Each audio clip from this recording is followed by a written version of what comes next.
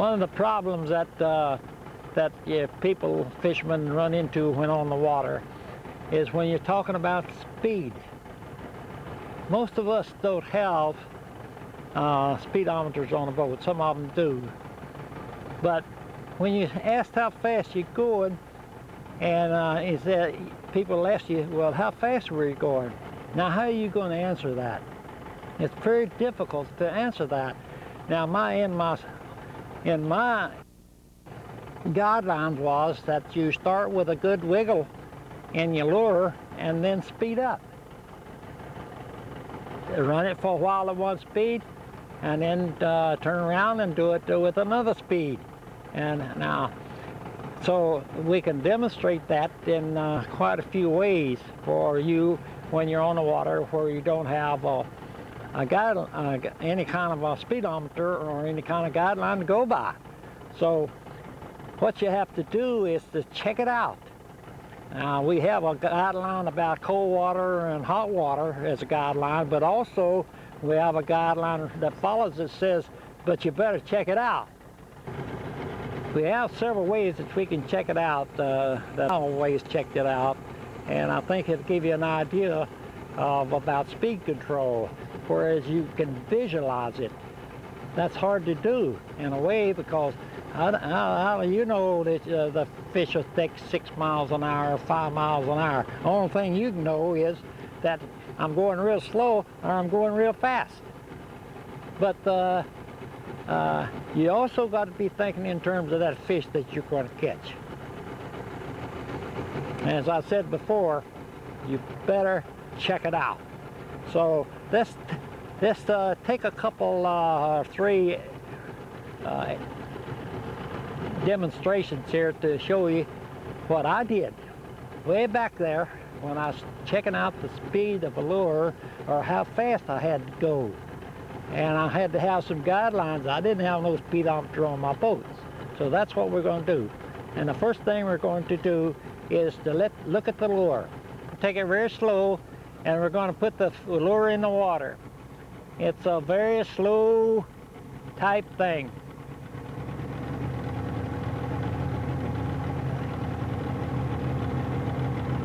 Now I'm going to speed the thing up just a little bit.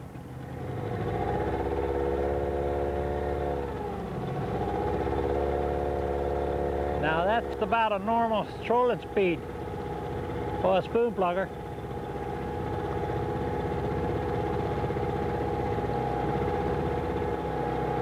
Now I'm gonna go with a hot weather speed.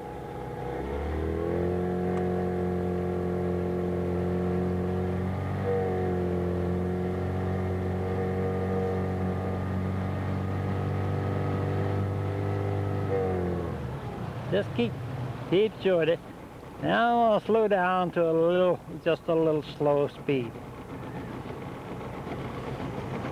And the way I look at that old fish must be in ice water or less, or he's sick. Because I know one thing, anytime that he takes a minnow or food, such as a minnow, he certainly isn't going that slow. That fish is doing just so fast you can hardly see him. So don't ever think that you're going to outrun him, because there's no way that you're going to outrun him.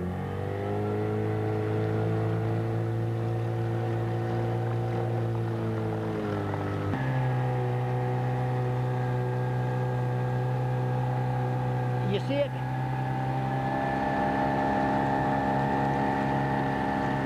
Nope. I'm going to make a slow trolling pass here by those trees. Now I want you to notice how slow they pass. Now I got a pretty good trolling speed. Now look how slow they've moved by.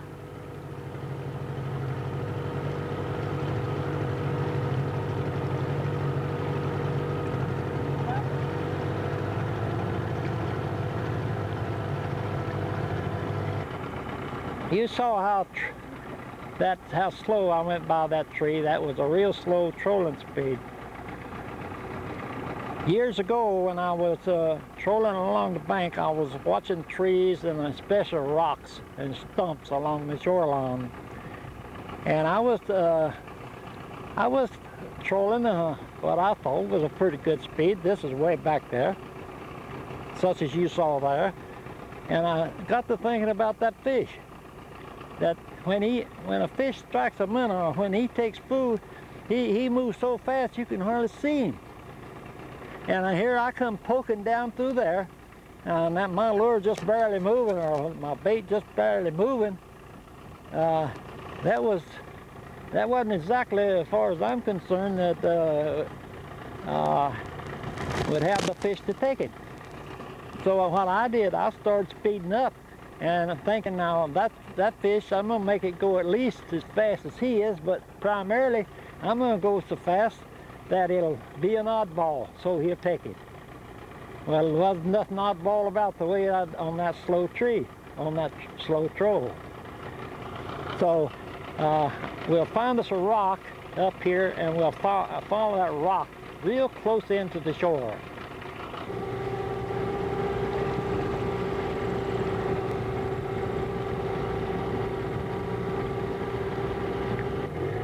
Now I'm going to speed up. I'm going to get a little faster. That's pretty good troll speed right here.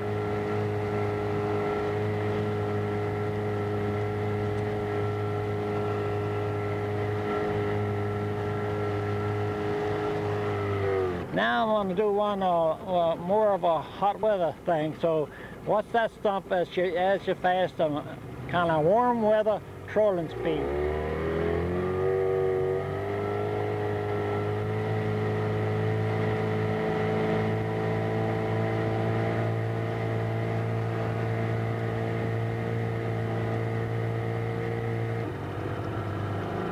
Now what's that marker? And I'm going to go real slow, a little slow troll. Now, can you imagine how slow a bait would be going? The fish would have to be sick to catch one going that fast. Now we're going to speed it up to just a normal troll.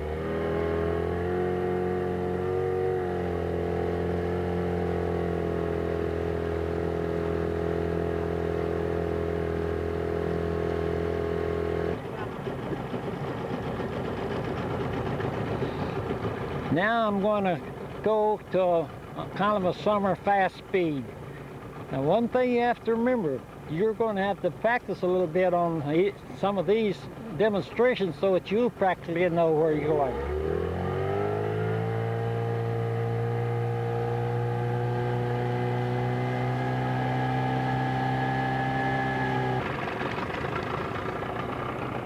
I keep saying that you have to check out your speed.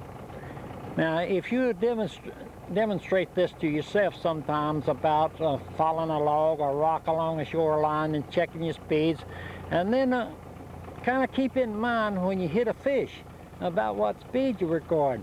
Although you don't have a speedometer on your boat, pretty soon, it's like me now, I do it so long that I can feel the wiggle of my lure about what speed I'm going. So you have to work on this, how to determine speeds, and especially note how what speed you were doing when you hit a fish any particular day.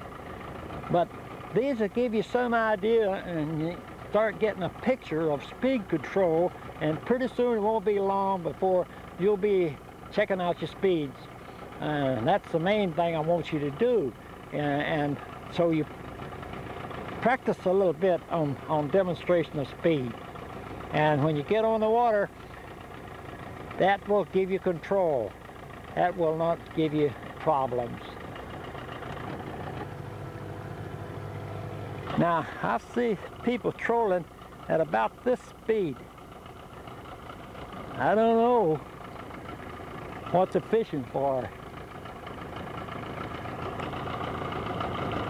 To me, that would be just sitting still. In the ice, if the ice was on, maybe a dead minnow at 0 speed might work. And I want to show you a couple things in the next few scenes of a question that I asked you in our publication a couple months ago. the question was this: whereabouts would you make a trolling run, speed up and make a 180-degree fast turn? Give me 2 instances where you do that. Let me say again what I want you to know what it is. Where would you give me 2 instances where you would speed up and make a fast 180-degree turn with the troll? In this case, we're looking at this cove, and I want to make a trolling pass so that I fish that cove. It could be any kind of cove. It could be a real narrow one. It doesn't make any difference. But a lot of people are in trouble when, especially if 2 people are in the boat, trying to troll back in a cove. They get their lines all loose, and the man on the inside of on the outside of the curve, he got his rod straight up in the air trying to take up loose line. He didn't do any fishing whatsoever. And the other fella is doesn't get up into the shallow water. He doesn't know how to troll that cove. So I'm going to show you 2 instances where we can make a fast 180-degree turn and still have our lures in position. I'm going to show you how I'm going to fish this cove. I could use a 500, but I believe in looking at it, I believe I could check it out pretty well as to whether there's any fish back in here by running a 400. That will allow me to get pretty far back in there, and by that time I should find out whether there's any fish back in that cove. So with that, we'll make a turn. Now, how I'm going to do is if I take my boat, I want my lure to follow my boat. I don't want it cutting across. I don't want any loose line. And if 2 of us are doing it, we're both going to do exactly the same thing that I'm going to show you. But the main thing is we want to get back in that cove and fish it. Now, you'll find out that when I speed up to make my 180-degree turn, my lure is not going to be going quite as fast as the boat, but it's going to follow the boat. The line itself is going to ring it around, and since it's still on the curve, it will not be making quite the speed that I'm going to make, because when my boat straightens out, I'm going to cut the speed. But I have to come around the curve far enough so that the lure is fishing all back in there. So what I do is this: as I start to make the turn, my rod tip is going to go in the water, and it's going to continue in the water until I make the whole turn back in there. My partner on the other side of the boat, in the front of the boat, is going to be doing exactly the same thing. The rod tip's going to fall right there, and you're going to hold it. My rod tip is going to be right in the water. I'm going to keep it under my rod tip about that far under the water. I'll make that turn. And that means that my line drag is going to make that lure follow. I'm not going to run extremely long line, but I'm going to run a fairly good line. I may run as far as 2 colors. You could test it if you wanted to go in a real sharp doe, just drop down 1 color. And that would give you about 30 feet or 60 feet. You got to remember, if these fish are up back in this shallow, they're going to be active. And they're going to hear you coming before you get there anyway. So they should be looking for the lure. But I'm going to be just about that deep. Okay, I'm going to make my trolling run.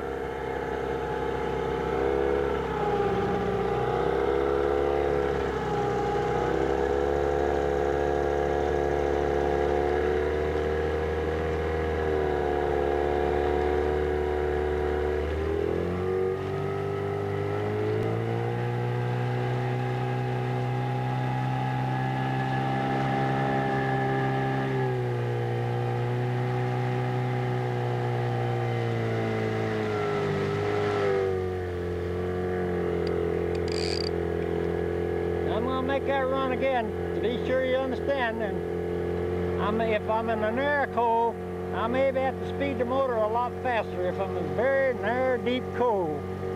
So I'm going to make this time, I'm going to make it a little bit faster.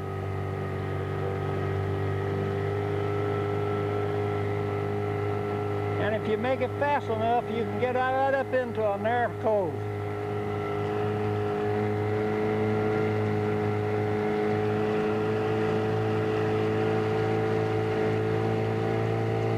You don't want to get in trouble. If you go in there moseying in there, your lines will be crossed, you're going to be up in the air, you're going to be everything but right.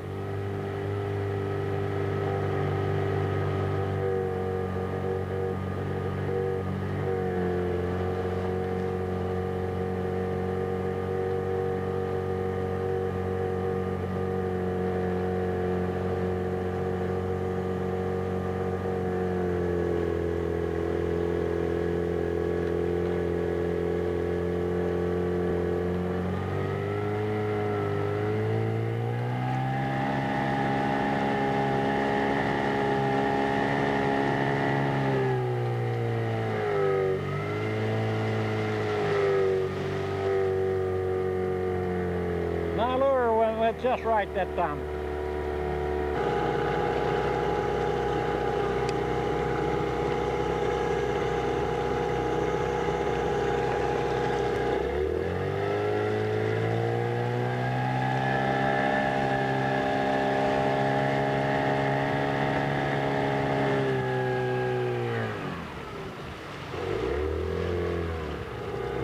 Let me do that again.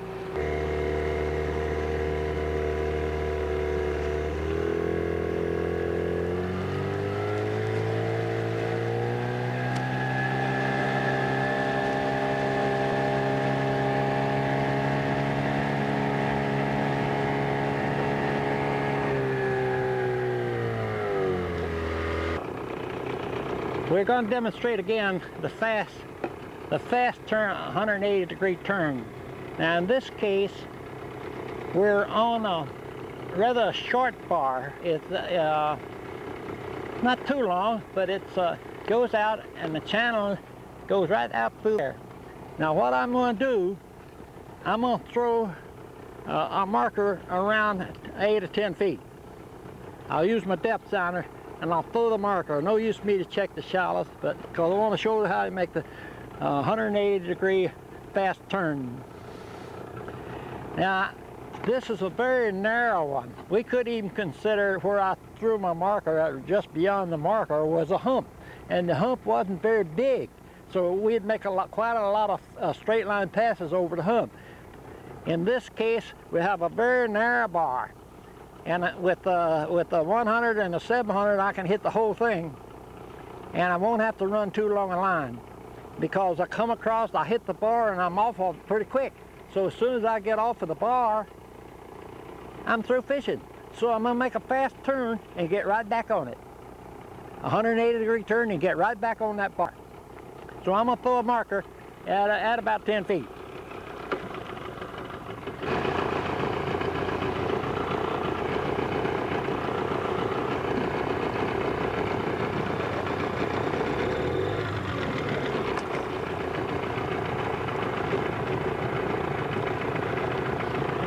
I had a short line on that about 12 feet, so it hit the bottom good. I'm going to start out with 100.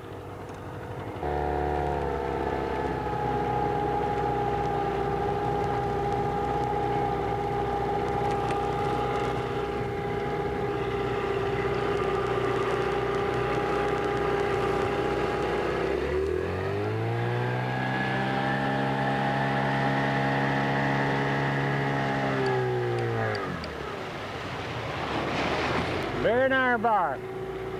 Still staying there, way out here.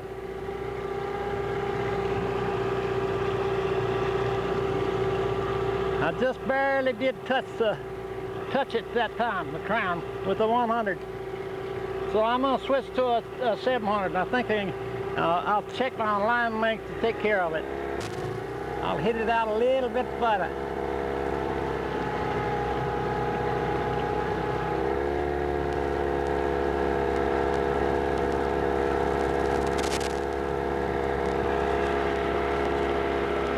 Okay, I'm starting to hit. Starting to hit it. Now I'm coming off.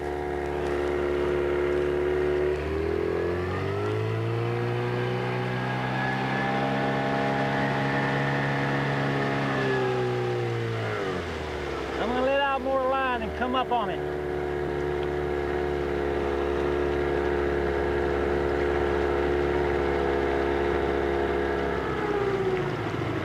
Okay, I'm coming up on it.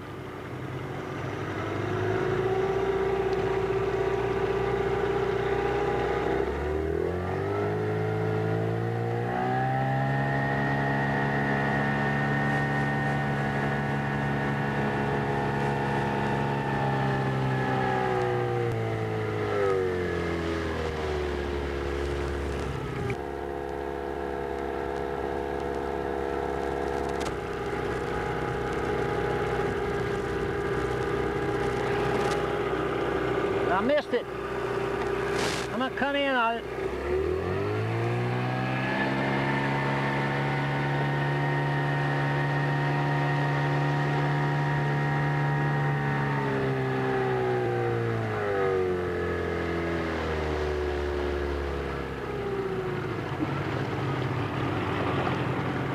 There it is.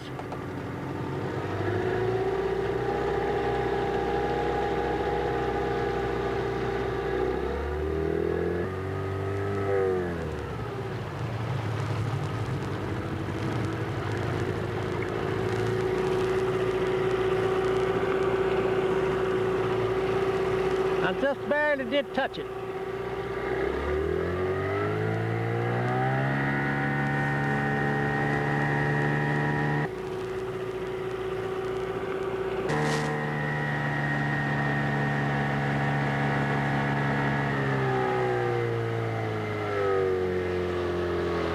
I'm gonna try to hit the end of it and walk off.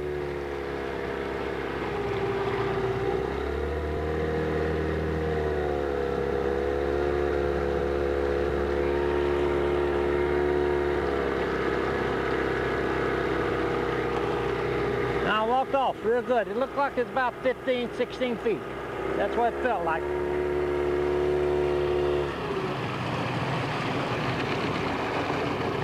Well, there's no use to cast it. As far as I'm concerned, he wasn't there.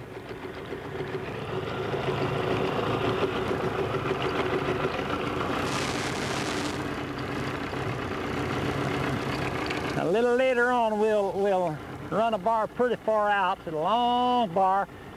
And I'll be quite a ways out, and I'll have to run a lot of lines, so my passes are going to be quite long.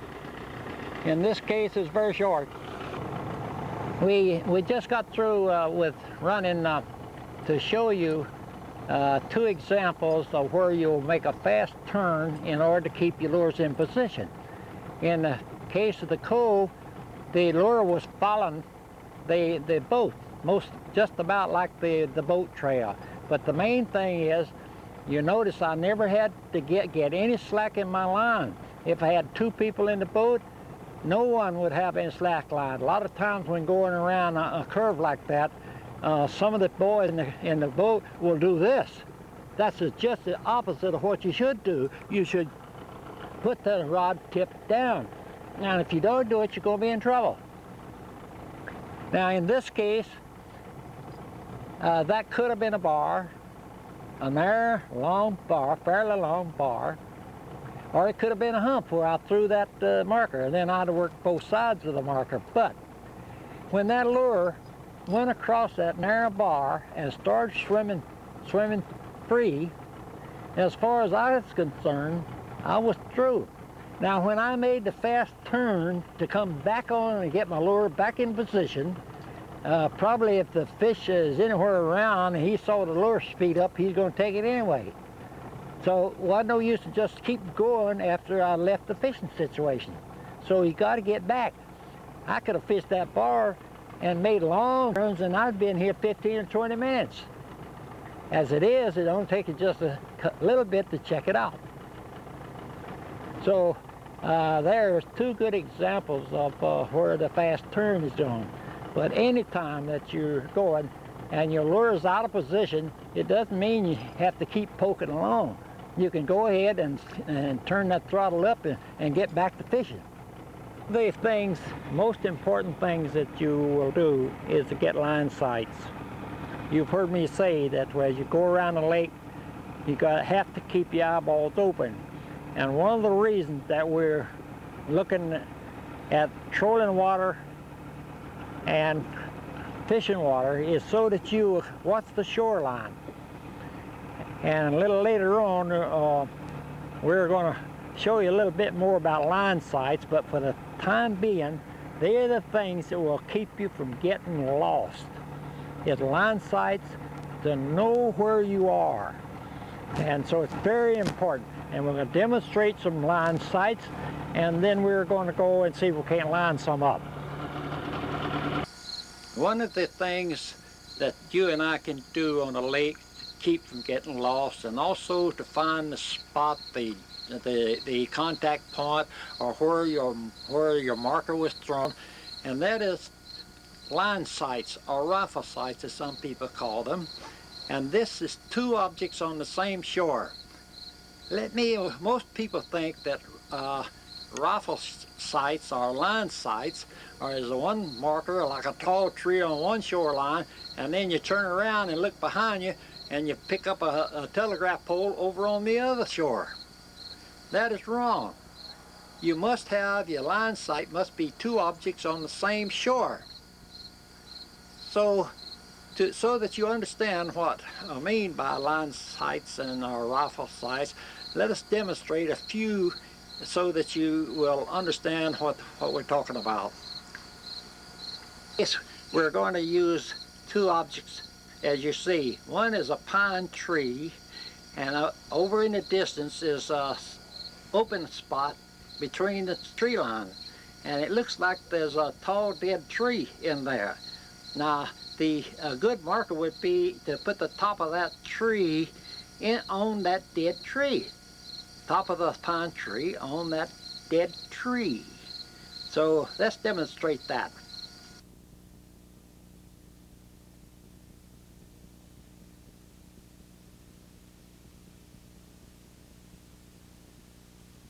That's right on it, and that would give you a very positive marker in one line sight or one rifle sight. The top of that pine with that dead tree.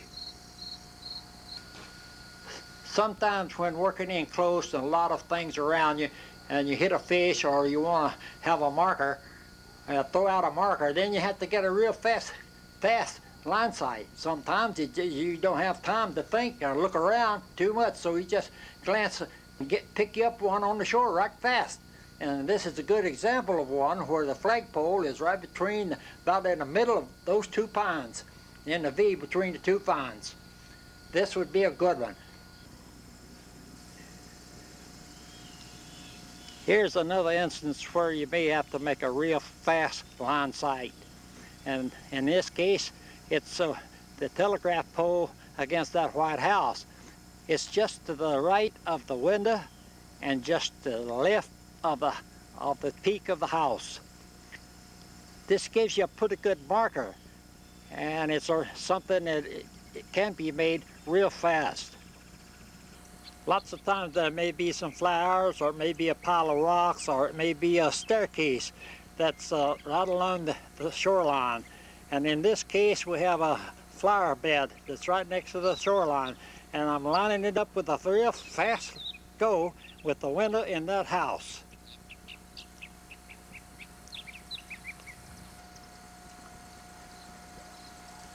Here is another quickie. Here are two telegraph poles lined up. One is just a little bit to the right of the other, but still that is a good fast line sight or rifle sight that you can take.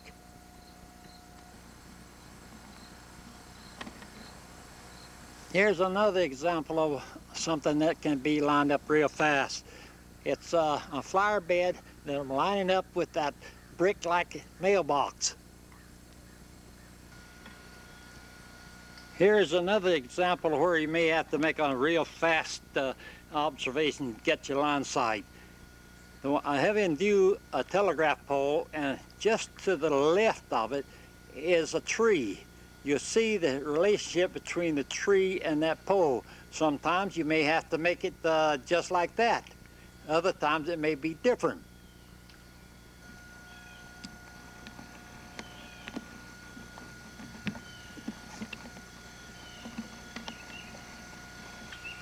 It could be that you'd hit the sign and you see that telegraph pole right in the center of that tree.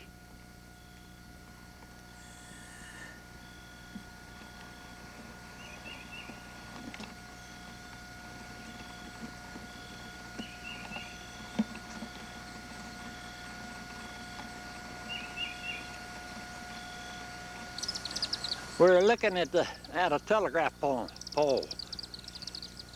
Sometimes you have to get a long shot at something. It may be a tree or something way up on the hill, and you got a pole or something in the foreground, and you got to line them up. And so you have to really take a real fast look at it so that you won't get too far off to where you want to mark it, like where you caught a fish, or where you want to throw the marker, or the contact point, or something of this nature. So you probably want to make a long shot sometime, and you may have to pick up such a thing as that telegraph pole.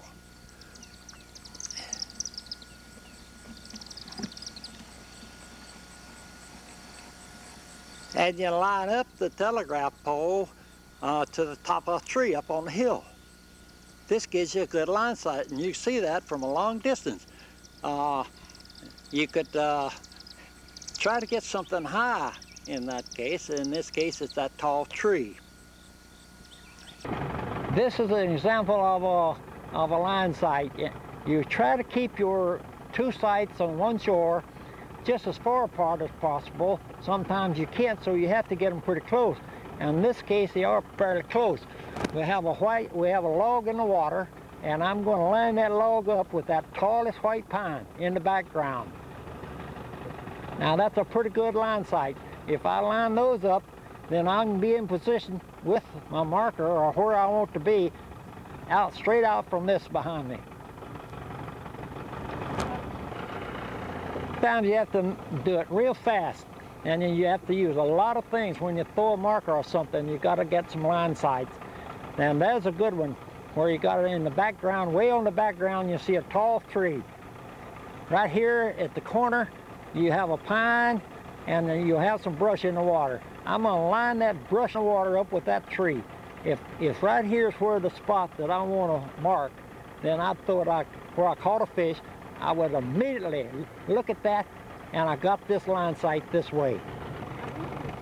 I want to show you how positive it can be. When the farther apart your markers are, the more exact your spot's going to be. I'm going to put that marker on the pier, on part of the dam down there, that kind of entrance where they drain the water. And I want you to notice how positive it is. Just a foot or so, you practice to get within inches of where you want to drop the anchor. See it?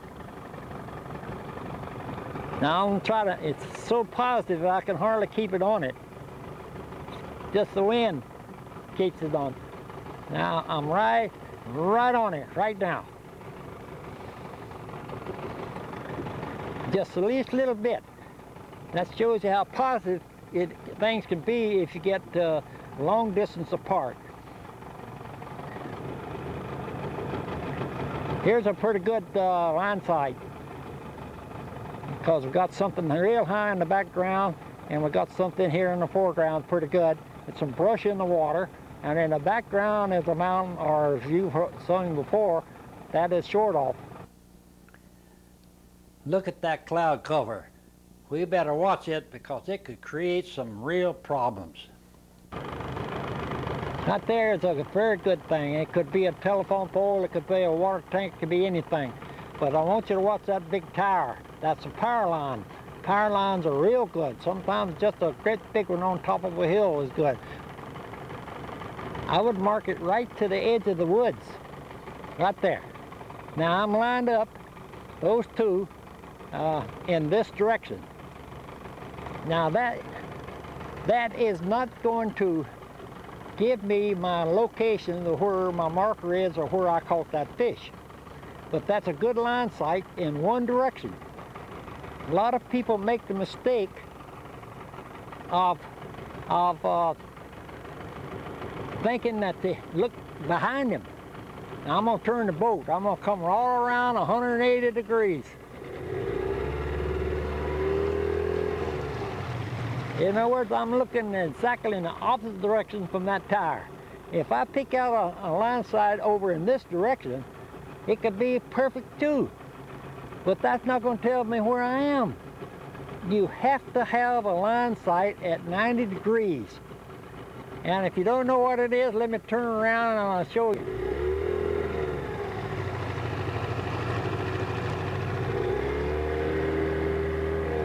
There's my line sight here. This is in this direction.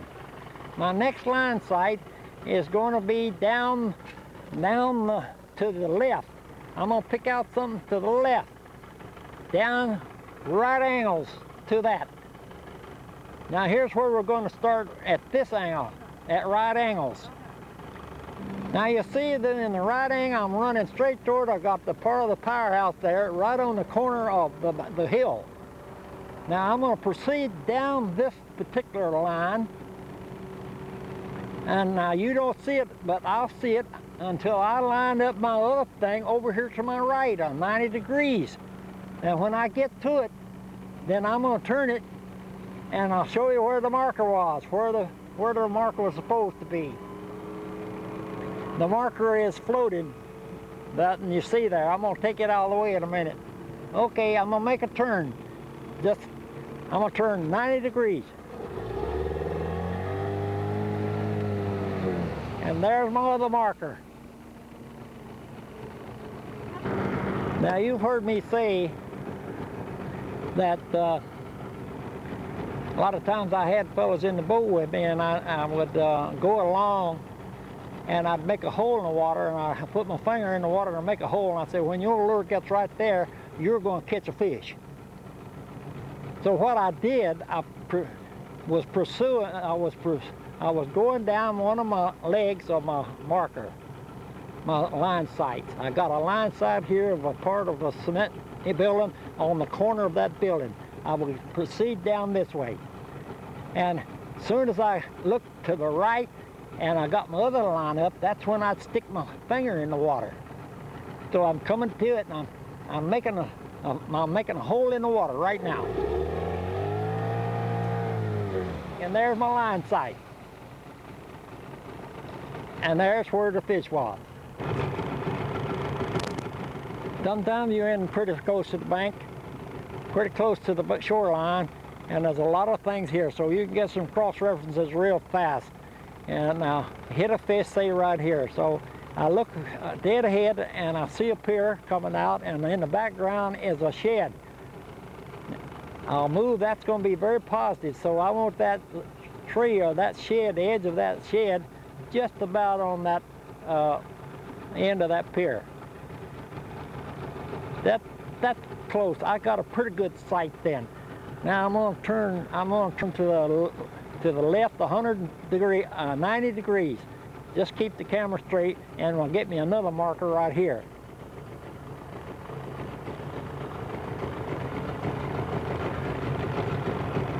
I'm right out from that pier, says private, keep out, straight out.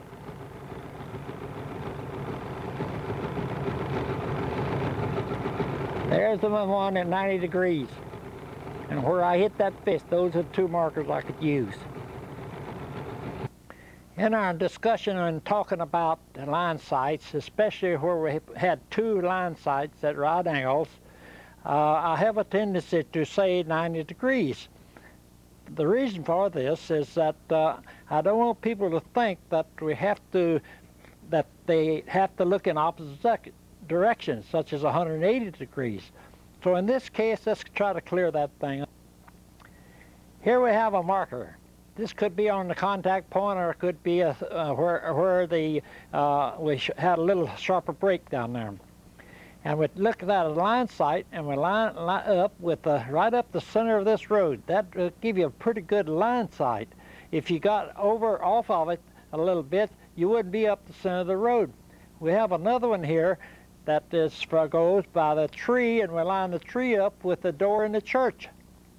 We have another third line sight from here, and we line up the slide to a telegraph pole. That gives you another good line sight. In this case, the line sight from the marker to up the road and to the tree to the church is a little more than 90 degrees, which is fine. We have the other line sight from the tree to the church, and the slide to the pole is less than 90 degrees. It's still, accuracy is still pretty good. Now the line sight from the roadbed to here to the church is a little over 90 degrees. From here, from this line sight to this line sight is less than 90 degrees. From this line sight to the road line sight is quite a lot. It's more than 90 degrees, but it still gives a pretty good line sight. The reason I do this is so that you keep in mind that line sights are 90 degrees more or less.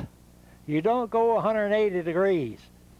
You try to keep it where you can get your reading. You can come back, proceed down this line sight until you see this line sight here, and there's your marker. Or you could come here, proceed down this line sight to this line sight lined up with the church, and there's your marker. You could come in across here, and you go across here until you see this line sight, there's your marker. Or you could come across here and see this line sight, and you're still on the marker. Line sights, 90 degrees more or less, will keep you out of trouble. I'm looking toward the end of an island, the lower end of an island. Then when I look outside, I see a marker out there. I don't know whether that's marking a low water, real low water hump or what, but the only way I'm going to find out what is here, and this is a fishing situation as far as I'm concerned, I must make some straight line passes. When I work the shallows, I can run contours. But I can see between here and the shoreline that those are the shallows, and look like I'm around 9 feet. So that's shallow water. I can run the contours here, but it won't tell me what's here. It tells me what's in here. I want to know what's in deep water. I cannot run contours in deep water. I have to make straight line passes. And you've heard me discuss today and plenty of times that when you get in deep water, in order for you to find out what is there, where the fish are, and where you'd have to make a cast if this bar produced, they must be straight line passes. So I'm gonna go out and I'll make the working, I'll run out to where I'm about 10 feet, say, in deep water.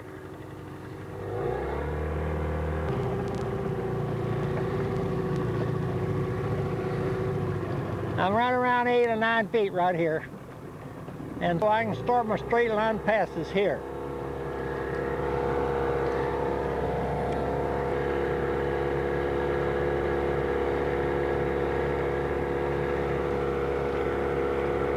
I'm on the crown of the bar right now.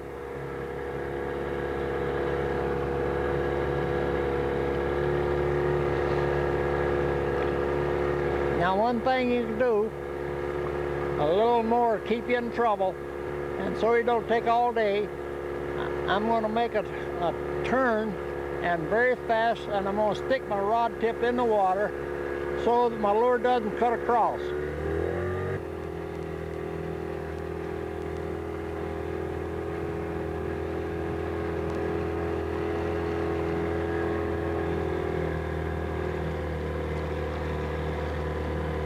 I'm going to make another straight pass to checking my depths and see how wide this bar is.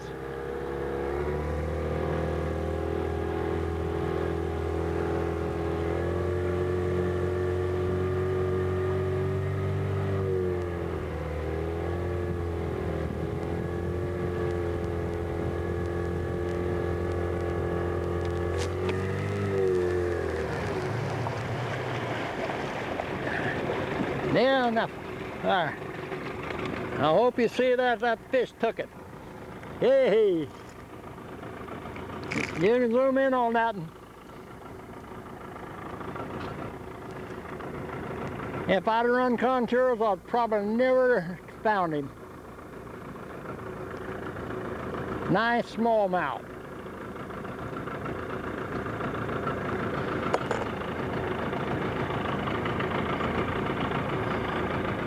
I'll put him back. He ain't hurt.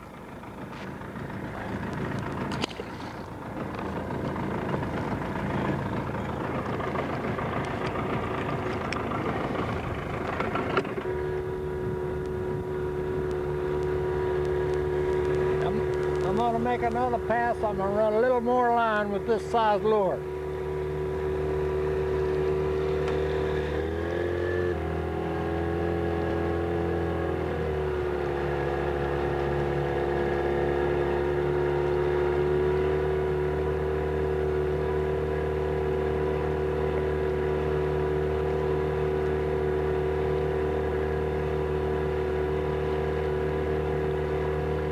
I'm kind of coming diagonally across the bar now.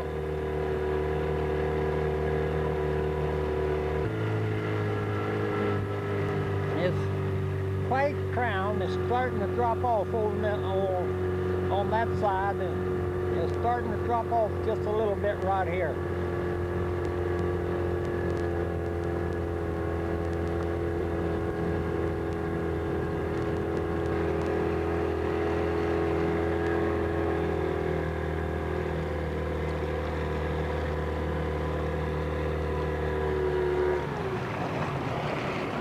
Now I'm going to change lure size, and I'm going to get down 12, 14 feet.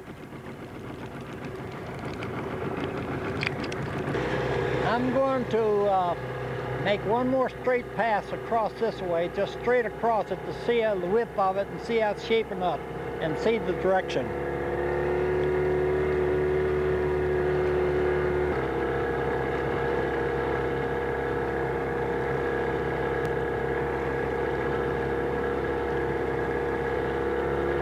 Dropping off real good here.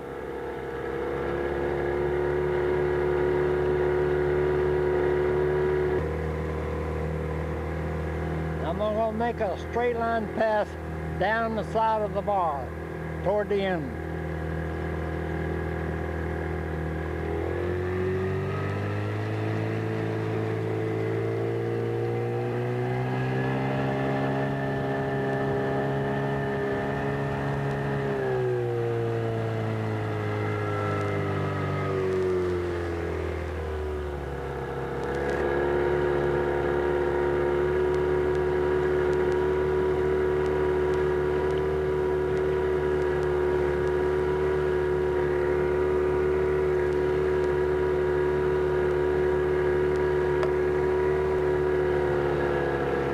I had another strike, but he missed it. I'm getting a little hump out here.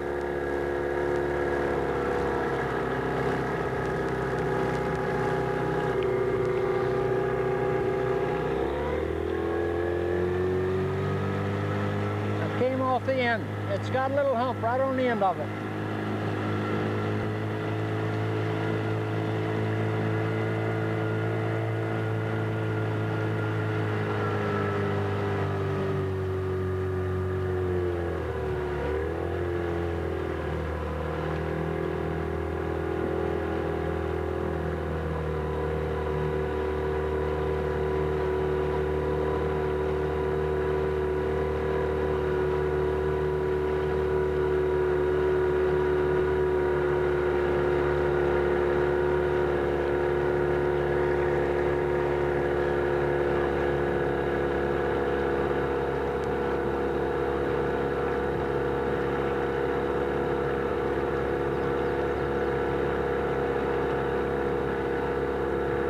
I'm getting a pretty good picture of what's here.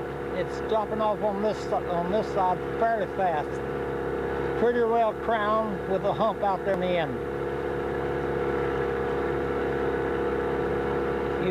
This bar should be used where it drops off, we should probably use the 250 on a long line, 200, 100, and even maybe out beyond that, 700. But I believe we reach most of it with a 100. Down to 15 feet, see where it drops. This path should tell me just about what's here.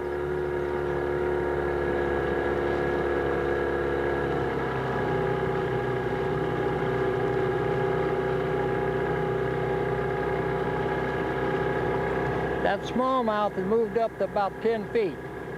So probably if I was going to fish it for fish, I would run that contour in there and come in here and work the shallows.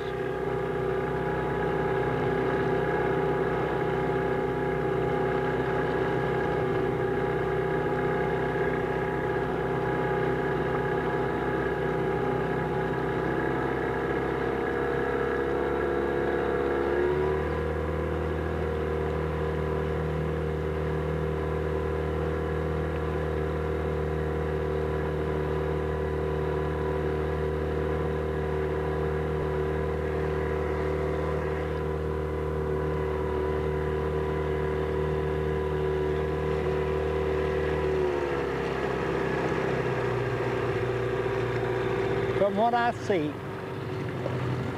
the bar is, it's a bar, it's kind of ridge-like, it's kind of flat up there next to the shore. Then it kind of gets ridge-like, with dropped off on both sides. Then as it moves on out, it has a hump out there on the end of it. And then beyond the hump, it drops right off into deep water. It's definitely a structure situation that the fish would use. This is fishing water, and it shows you if you keep it right, color it right, control your depth and speed right, if there's any fish on there, you're going to catch them. It's probably some more smallmouth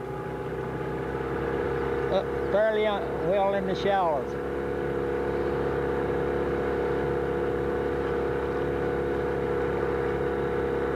Right there, they're coming up on the ground.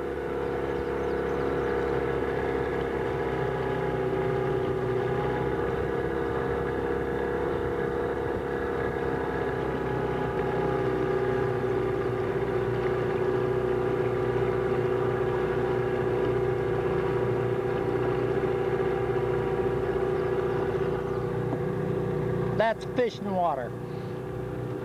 I could draw that to you, but I could draw the structure now pretty well. There's one small finger over on the left-hand side going out. And that was that last pass when I made, I saw that small finger sticking out there. That could have been the contact point on that side.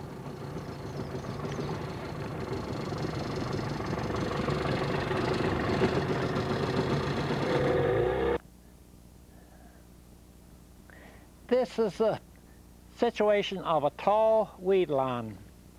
At the base of that, we call a base break line. The base break line of a tall weed line. The reason that this is important to you and I is the fact that when the fish are in the sanctuary depths and they move pretty good, they're going to move to this base break line right there. That'll be the first contact point. That'll be the first stop. And in many cases, that's as far as they go. They will not penetrate the weeds, but will move along this base break line. This base break line can be quite long. It could go along the shoreline for a mile maybe. So the fish can make contact at this point and then move along that base break line. Another difficulty that you and I are faced with the fact that this base break line, as it moves along the shoreline, may be crooked. And this may present problems and keep you in a lure in position, keep yourself out of trouble. And so what we must know is how to work this base break line and stay out of trouble.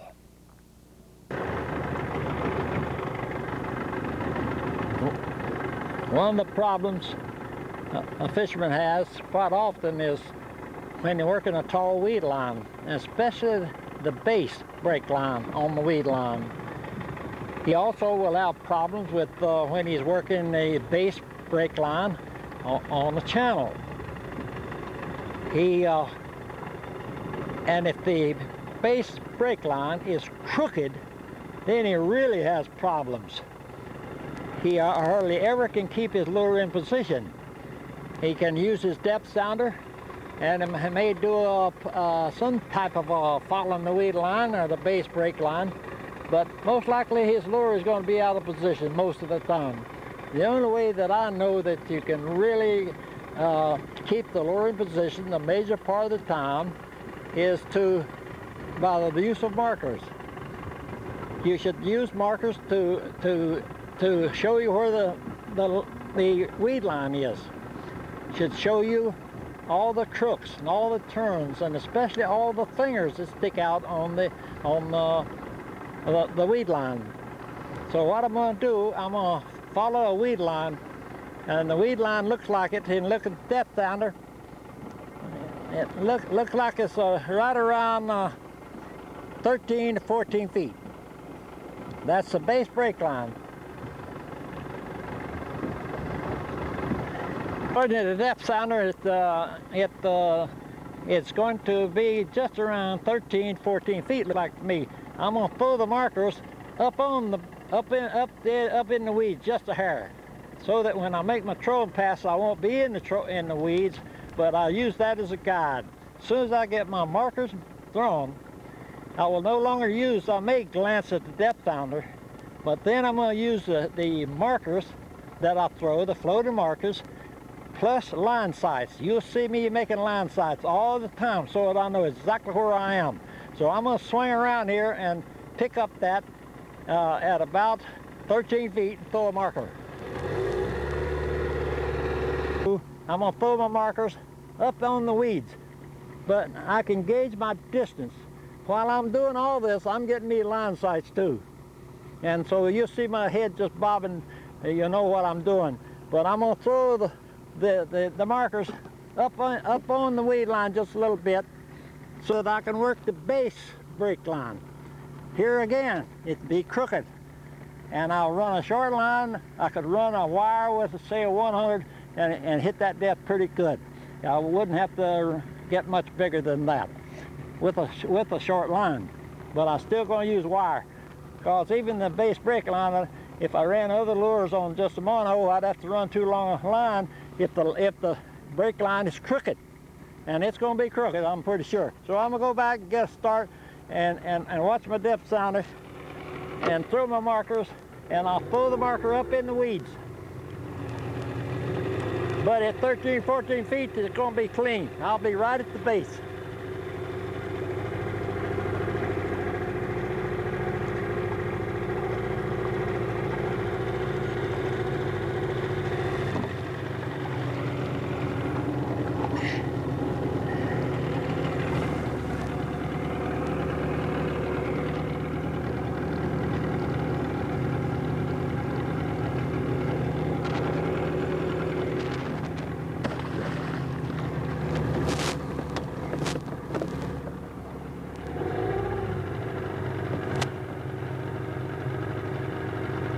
Going fairly straight here. It's starting to turn.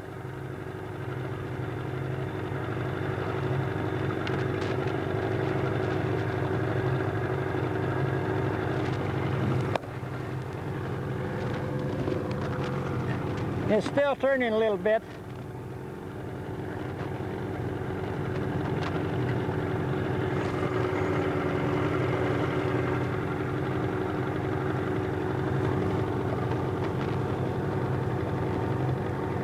Now it's turning.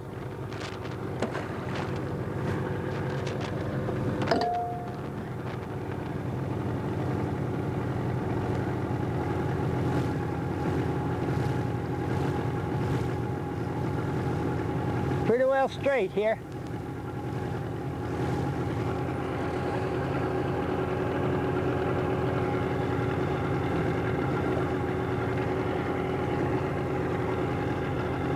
Turning out.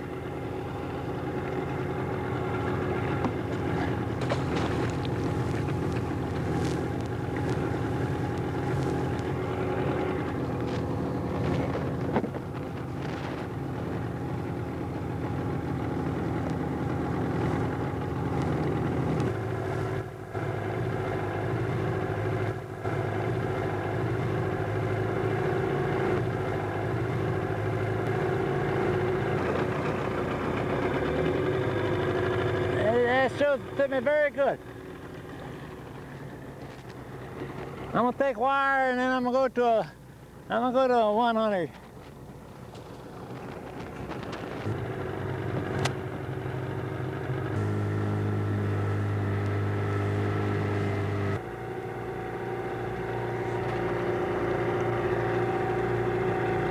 That's quite crooked. Swings in here and then it swings back out.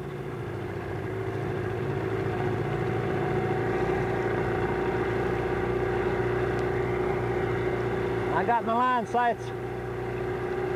I'm going to use my markers as a guide. I glance at my depth down there to be sure, just to double check. But so far my markers are in good shape.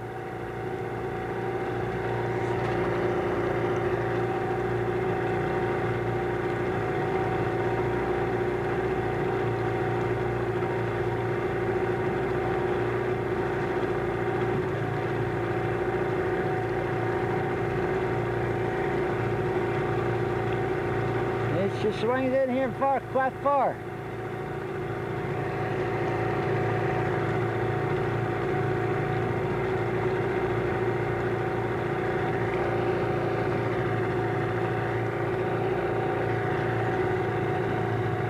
Yeah, man, she really jumped back.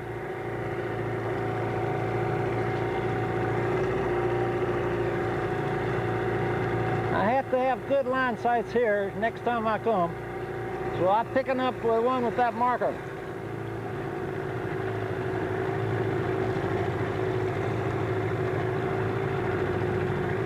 I'm going to make a little fast run so you see the trail that I make.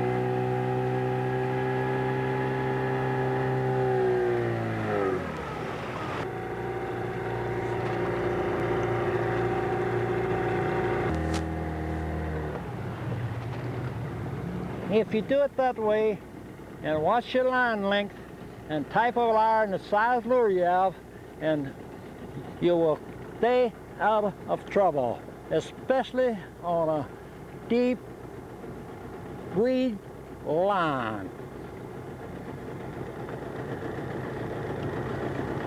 The weed line is maybe the toughest one. You may have to use a little bit. If it's crooked, you may have to use a few more markers. A lot of times when I'm running a weed line, or a base weed line, or even a shallow weed line, I will say break line. It's just a habit with me because it is a break line. But in this case, this is a deep weed line. A base break line on a tall weed line.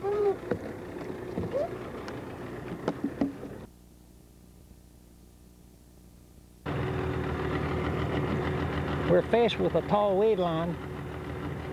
It goes down to, and looking over, it seems to go down about from 12 to 14 feet. Now what we're interested in is that base break line of this tall weed line. This is the first contact point from the fish that move up toward the weed line. And so this is what we're interested in. In this case, in looking at it with the depth sounder, it was very, very crooked. So what I'm going to do, I'm going to throw markers on all the little crooks and turns and points, because here's where we can get in trouble. If we try to run that 12 or 13 foot base break line in the weeds with a depth sounder, you're going to be in trouble most all the time. The boat's going to be out of position, your lure's going to be in the weeds, you're just in trouble. The only way that I know how to do it, and so to keep you out of trouble, is by the use of markers and line sights. So I'm going to use my depth sounder, and I'm going to place some markers. They may be crooked, but I'll throw it in areas where I think that I have to maneuver my lure and my boat.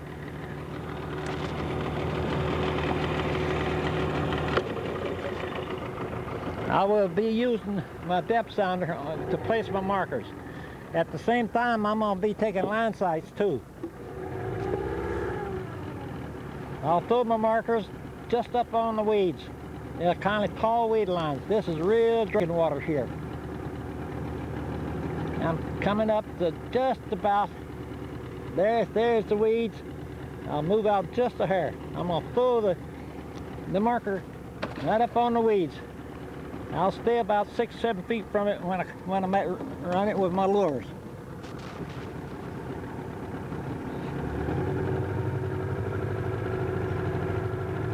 Came in just a little bit here.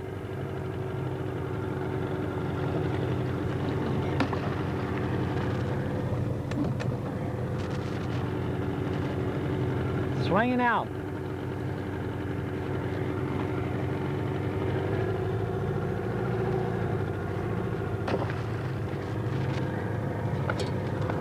And swinging back in. Swinging in pretty far here. Yeah.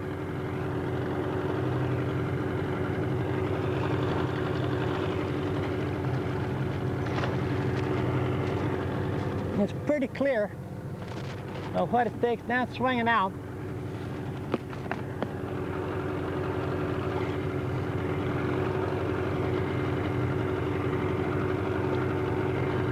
There you are.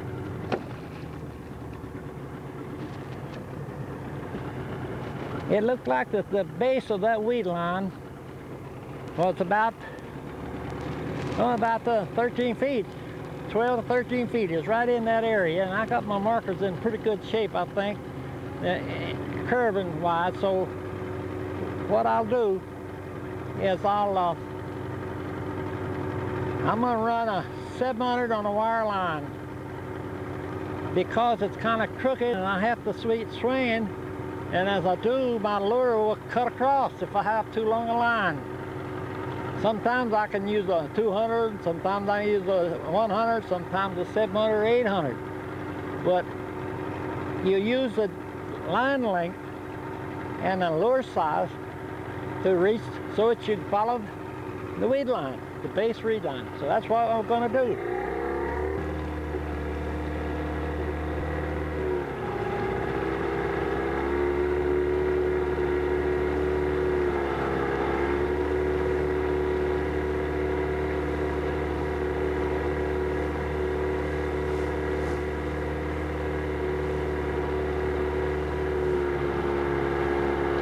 This is pretty good because I haven't gotten to touch that base. It's pretty clean down there, but I haven't hit the weeds yet. I might have a little problem right here where it turns.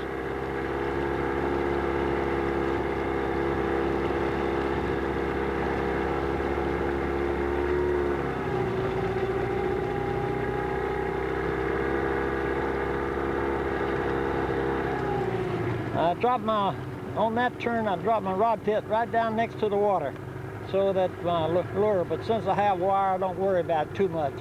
I'm running a short line wire. I'm gonna make another pass back.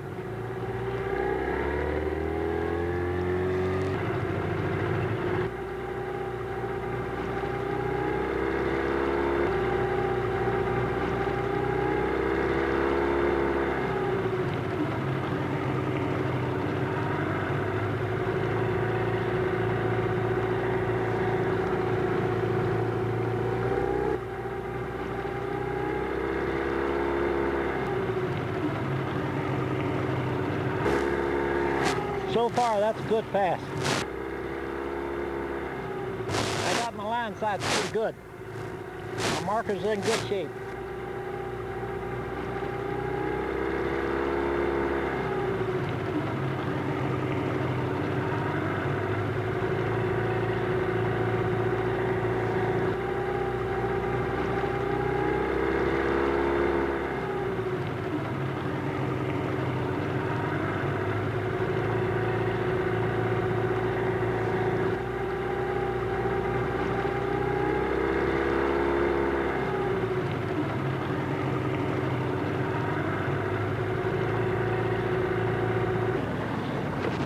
By doing it that way, you can keep yourself out of trouble, and you'll catch a lot of fish, especially when you're running a weed line that has a wash in it or has a feeder cut in it. Then you're really in business. But you never know about those break lines. The fish can come up against the base of the weeds and move along the base of those weeds until they come to something like a wash or so. In this case, the fish could have entered this from several directions and then moved along the base of the break line, weed line. So that was not wasted effort by any means. And I think if I'd stay here long enough, I could pick up some fish on this bend, because it looks pretty good to me. I'm gonna pick up my markers, but that will keep you out of trouble.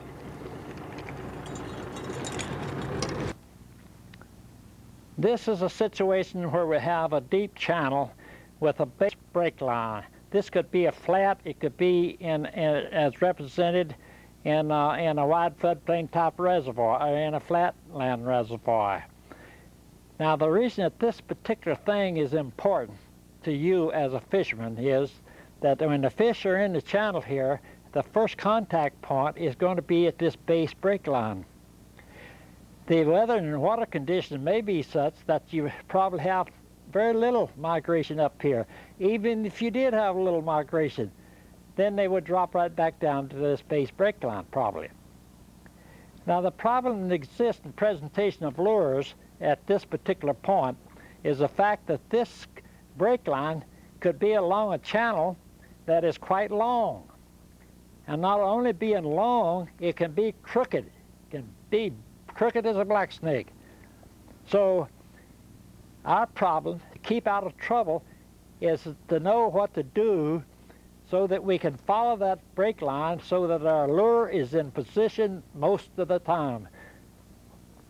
Whether it be on a weed line, a tall weed line, or in the edge of a channel, or down at the base of a channel. So these give problems because especially on the weeds, and because they're very difficult on a crooked weed line, a base break line, that's at the bottom of the weeds, to keep the lures in position, or just keep out of trouble. You're either in the weeds or you lure out of position. The same thing can occur when you're running the base break line along a channel. Here again, we are running into problems of trying to keep your lures in position, because even the channel break line may be crooked. There may be fingers. There may be quite a few things there that the depth changes just a little bit. And so you're either the boat out of position some of the time and your lure is out of position some of the time. So it's very important to do it. The depth sounder can give you some guide. Your line sights can give you some guide. But to keep your lure in position and know what you're doing, there's only one way that I know to actually do it, and that's by the use of markers. They can be thrown along the channel break line, and every time a finger comes or some bend in this thing, you can throw out a marker so that you can always know the crooks and the turns of the break line. So that's what we're going to show. The first thing we're going to do is to pick up the wide floodplain type deal. I'm sitting out just about in the channel of a lake, and the main stream comes right down through that section, right over there. That's the main channel coming right down through here. Over to right straight in this direction is a cove that looks like there's a feeder stream cut. We'll come there and come out through here and enter into that main channel. So that gives us some things that we've got to be looking for in this. So I'm going to throw some markers along this this channel break line. I'm going to throw it up on the delta if it happens to be one there. But I'm going to throw it close enough to the break into the deep water so that I can stay outside that and be very, very close and try to keep my lure close to that base break line in that channel. I'm going to go out till I check the edge of the channel.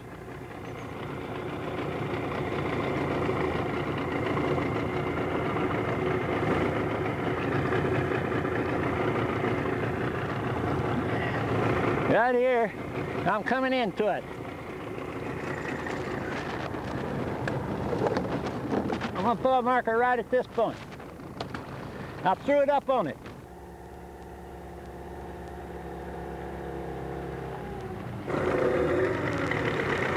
I'm going to go back and see exactly where it is so I can make my pass by without and keep my lure right on the base break line.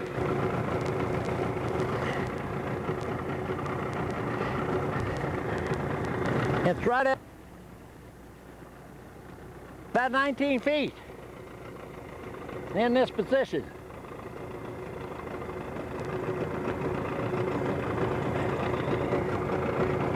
Probably it's varying a little bit, but somewhere around 19, 20 feet, I'm going to be okay, and I'm going to mark them. So I'm going to come down through there and follow that base break line. Anytime I see a crook or turn or anything else, I'm going to throw a marker.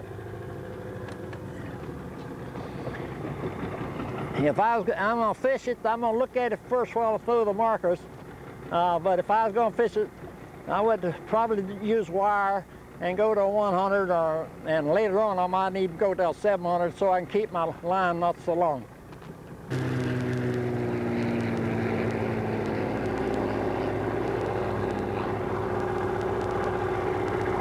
It's pretty straight right here.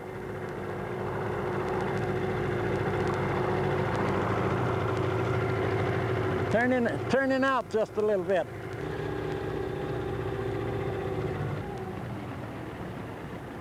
Now turn it back in.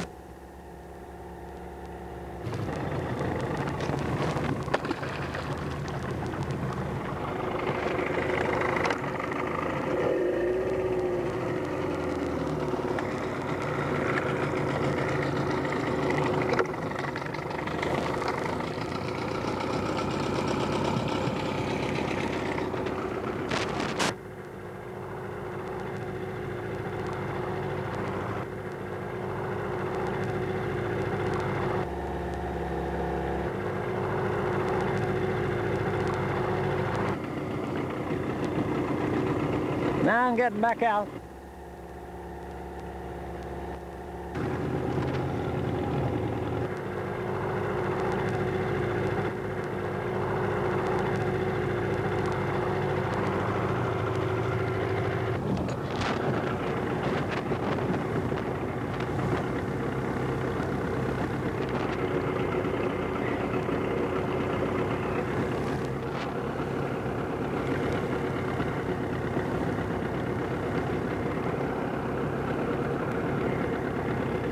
I'm getting a little bit shallow here, so that means I'm probably coming to the feeder cut. She dropped up quite a few feet there.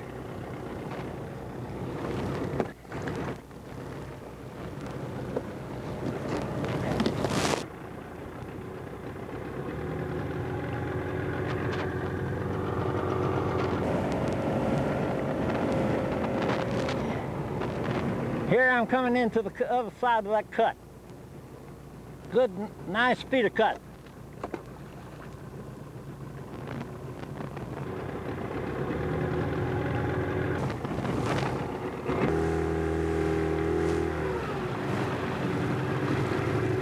There's the feeder cut right there, these first two markers. It dropped up just a couple feet where that washed in. Looks like it's around 21 feet. 20, little bit deeper. If you see my boat, you can see I have to turn in here. That feeder cutter washed a lot of dirt out there and made that bend. And it was a little bit shallower.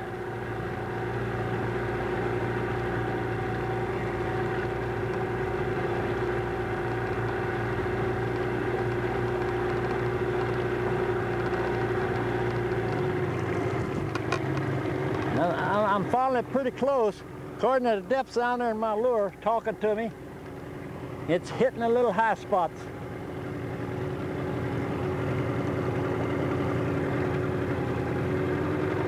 This gives me a good long run seeing the washes, because I probably threw my marker up on the washes if there were any, because I was following the base break line.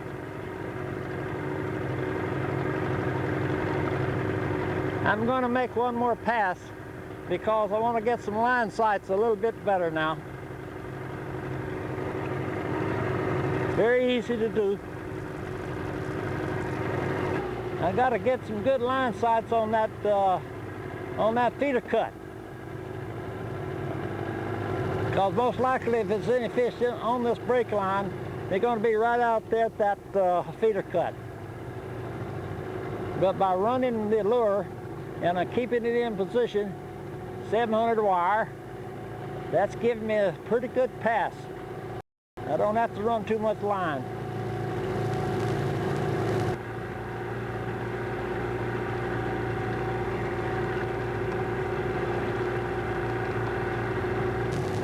I was about to get in a little bit too far there, but I'm still okay. I'm getting line sights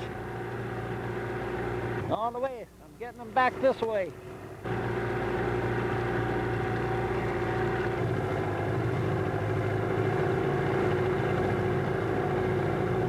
Got a good line sight with that corner going this way where the feeder cut is. Now I have to get me another one back in here.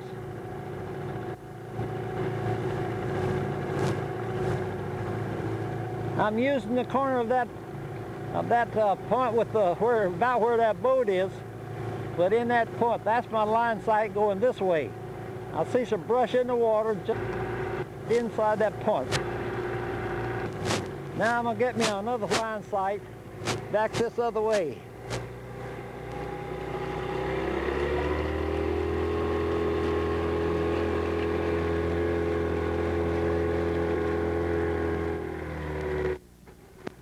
I'm going to get right in the feeder cut. I'm going to get my line sight. You probably can't see this, but I can see it very well. I'm getting a red bank right up against a tall white pine. That gives me a good shot. In the center of it right now.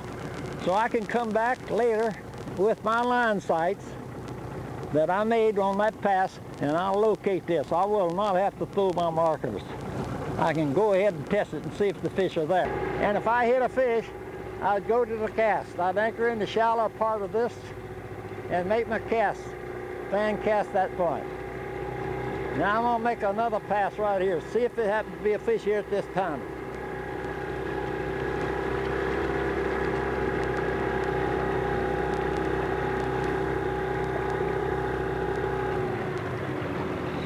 Oh, I came bumping up pretty good.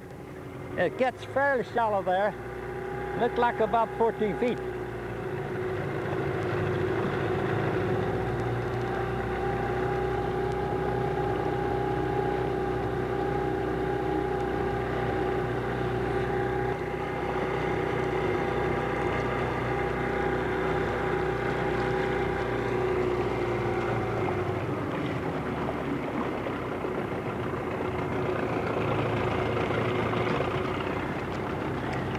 Now, I hope that you got this, but the only way I know that you can follow a crooked base break line is by the use of markers. After that, you can't depend upon the depth sounder. You can lance that once in a while, but the markers plus the line sights is the way for you to keep your lures in position. If it's fairly deep, go to wire. Go to big lures so that you don't have to run so much line. If you run a long line and try to get depth here, like I say I was running a 100, and I had to have the long line in order to get down to 15, 16 feet, then I can't follow the crooked baseline. I'm going to either be in the weeds, if the weeds are there, or my boat's going to be out of position, and especially my lure is going to be out of position. Markers and line sights will keep you out of trouble. Look how black that cloud is, and it's got some fire in it. We better get off of here.